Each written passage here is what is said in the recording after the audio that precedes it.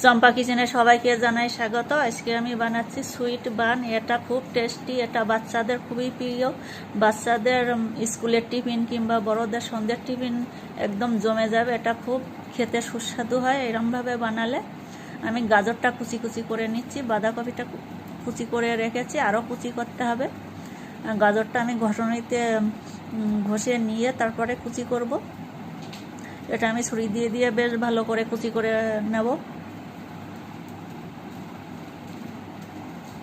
বাঁধাকপিটাও ভালো করে আমি কুচি করে নেব।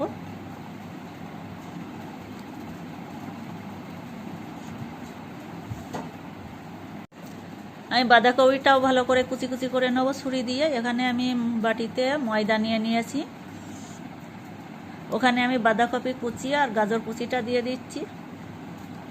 এটা আমি আগে ধুয়ে নিয়েছি, ধুয়ে তারপরে কুচি করেছি, কুচি করার পরে আর ধুইনি।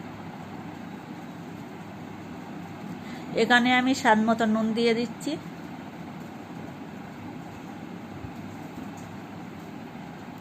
ইস্ট দিয়ে দিচ্ছি আমি 2 চামচ এখানে, আর চিনি দিয়ে দিচ্ছি 2 চামচ। আপনাদের প্রয়োজন মতো চিনিটা দেবে। যারা মিষ্টি ভালোবাসে চিনিটা আর একটু বাড়িয়ে দিলে তাদের ভালো হয়। এটা সবজি টবজি দেওয়া মিষ্টি মিষ্টি, এটা খেতে খুব সুন্দর সুস্বাদু। একবার বাড়িতে বানিয়ে খেয়ে দেখবেন, তারপরে বারবার বানিয়ে খেতে ইচ্ছা হবে। আমি এটা ভালো করে মিক্স করে নিচ্ছি। এটা হাত দিয়ে আমি মেখে নিয়েছি। এখানে আমি 2-3 চামচ সাদা তেল দিয়ে দিচ্ছি।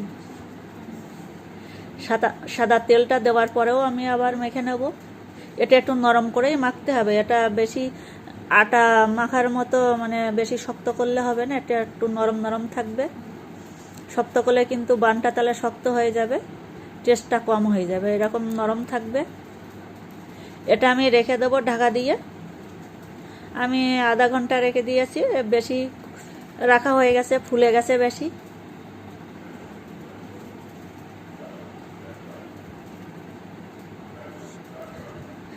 ময়দাটা ফোলার এতে ওপরে উঠে গেছে।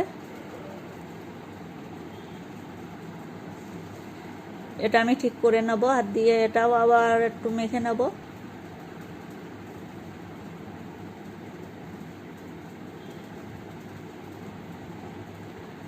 আবারও বলছে ময়দাটা এরকম ভাবেই মাখতে হবে, বেশি শক্ত করলে জিনিসটা ভালো হবে না, জিনিসটা অত নরমে চলে আসবে না বেশি শক্ত করলে।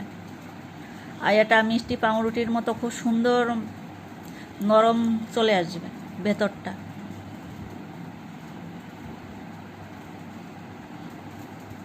এটা আবারও আমি একটু নাড়াচাড়া করে নিয়েছি। এবার আমি কড়াইতে তেল দিয়ে দেব। তেল দিয়ে আমি ওই হাতে ভালো করে দেখুন ওইভাবে আমি তেলে ছেড়ে দিচ্ছি আস্তে আস্তে করে।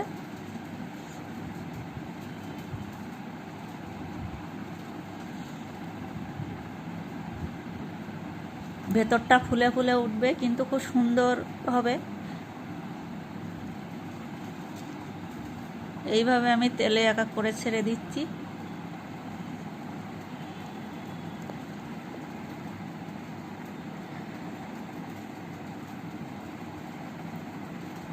এটা আমি ভালো করে ভাজা করে নেব।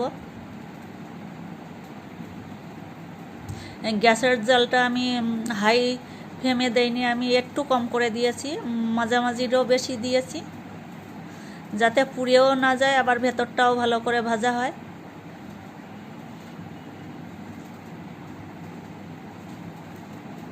এটা বন্ধুরা খুব সুন্দর। এটা দেখেই যতটা সুন্দর মনে হচ্ছে, এটা কিন্তু খেতেও ততটা সুন্দরই হবে, নরম হবে। কারণ আমি তেলটাও বেশি দিয়েছি, সাদা তেলটা বেশি দিয়ে মেখেছি। এটা খুব নরম সফট।